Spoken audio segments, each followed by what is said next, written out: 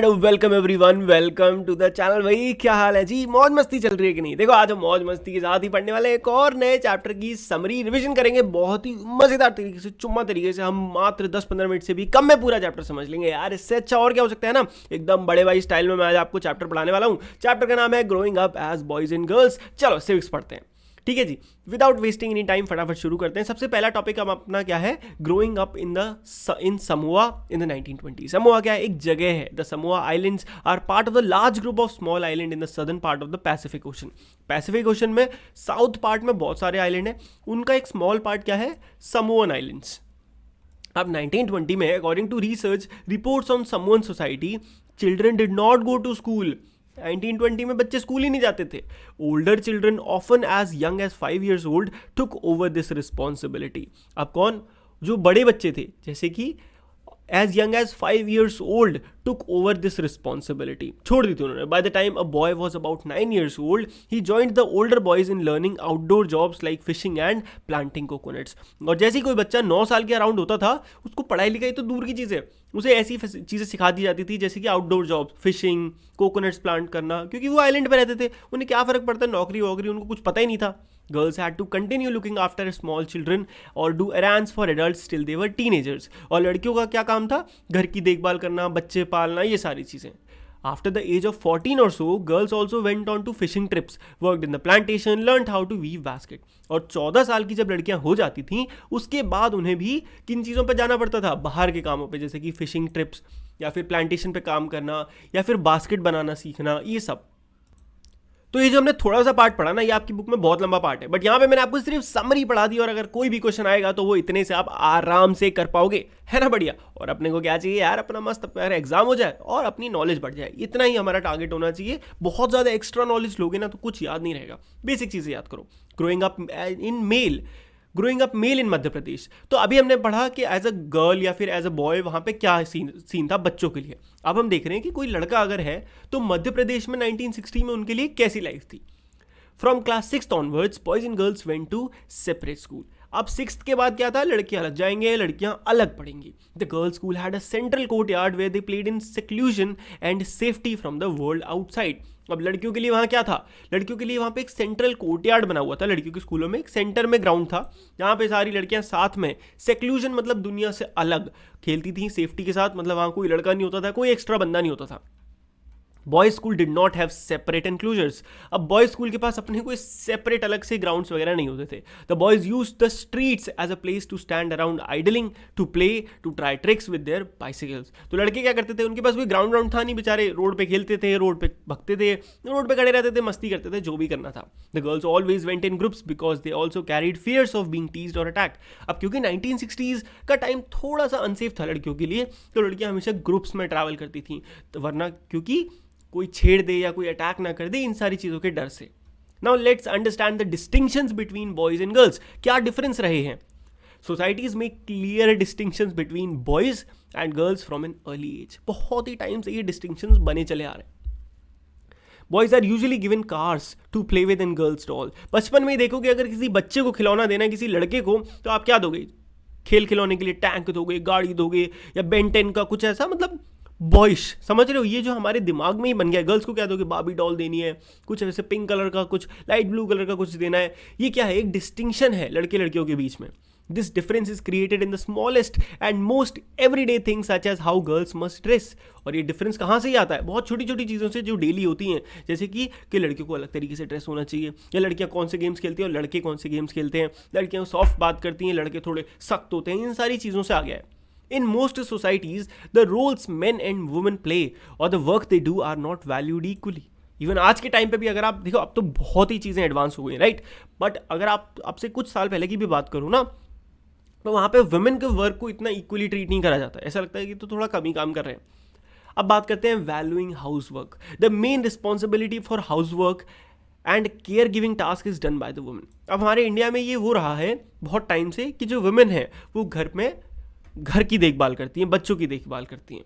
Now for this they does not have to be paid for, the society devalues this work. But दिक्कत कहाँ आती है? अब क्योंकि उन्हें इस बात के पैसे नहीं दिए जाते, कोई पैसे नहीं मिलते, सिर्फ इसी वजह से लोग कभी भी इस काम को प्रॉपर वैल्यू नहीं देते। आप खुद भी सोचो कि आपने कभी अपनी मम्मी, जो कि अगर घर का काम करती हैं या फिर घर का पूरा ध्यान रखती हैं, इवन वो जॉब भी करती हैं तब भी वो घर का सारा काम करती है ना, बट फिर भी क्या हमने कभी इस तरीके से सोचा है कि यार ये तो उनकी कैसे ड्यूटी है और वो कैसे उसे हमेशा निभाती हैं? कैसे वो कभी ये नहीं बोलती कि आज मेरा मन नहीं कर रहा खाना बनाने का तो मैं नहीं बना रही, तुम जो जो मन में आए खा लो?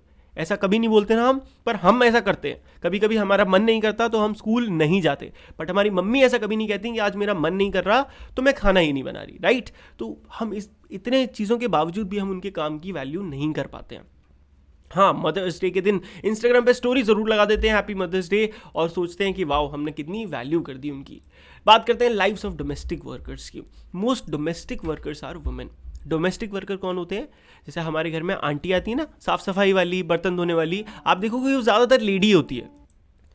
Wages paid are low as domestic worker is not regarded as valuable. अब हमारे देश में अगर आप बात करो ना काम वाली आंटी की, इन सब के जो पैसे होते हैं बहुत कम होते हैं। मतलब इन द सेंस कि अगर एक बंदा सॉफ्टवेयर इंजीनियर है, राइट, और उसकी सैलरी कितनी होगी? लाखों में होती है। वहीं पे अगर कोई इंसान काम वाली है तो उसकी सैलरी कितनी होगी? महीने के 1000 रुपये। ये डिफरेंस अगर आप पता है यूएस में चले जाओ ना, यूएस यूके, तो वहाँ पे ये डिफरेंस बहुत कम है। अगर सॉफ्टवेयर इंजीनियर की सैलरी 100 रुपये है तो वहाँ पे जो डोमेस्टिक लेबर्स हैं, लेबर क्या डोमेस्टिक वर्कर्स हैं, उनकी सैलरी ऐसी है 80 रुपये। तो वहाँ पे एक स्टैंडर्ड ऑफ लिविंग बहुत ही ज़्यादा चेंज है।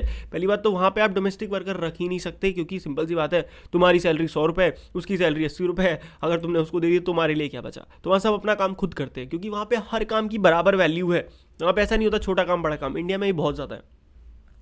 Now housework requires a lot of physical labor and it's time consuming, right? अब वैसे तो इसकी पैसे बहुत कम दिए जाते हैं, बट स्टिल अगर हम बात करें काम की तो उसमें बहुत ज़्यादा फिजिकल मेहनत होती है और टाइम कंज्यूमिंग भी होता है। ऐसा नहीं है कि बस 5 मिनट काम करा और लो फ्री के पैसे देने हैं। In rural areas fetching water and carrying firewoods are strenuous and physically demanding activities. अब लेडीज़ बेचारी जो गाँव में रहती हैं, वो पानी दूर दूर कुएं से कहीं से लेके जाती हैं या फिर लकड़ी लेके जाती हैं। इसके लिए कितनी मेहनत लगती है और वो हर सिंगल दिन ये काम करती हैं।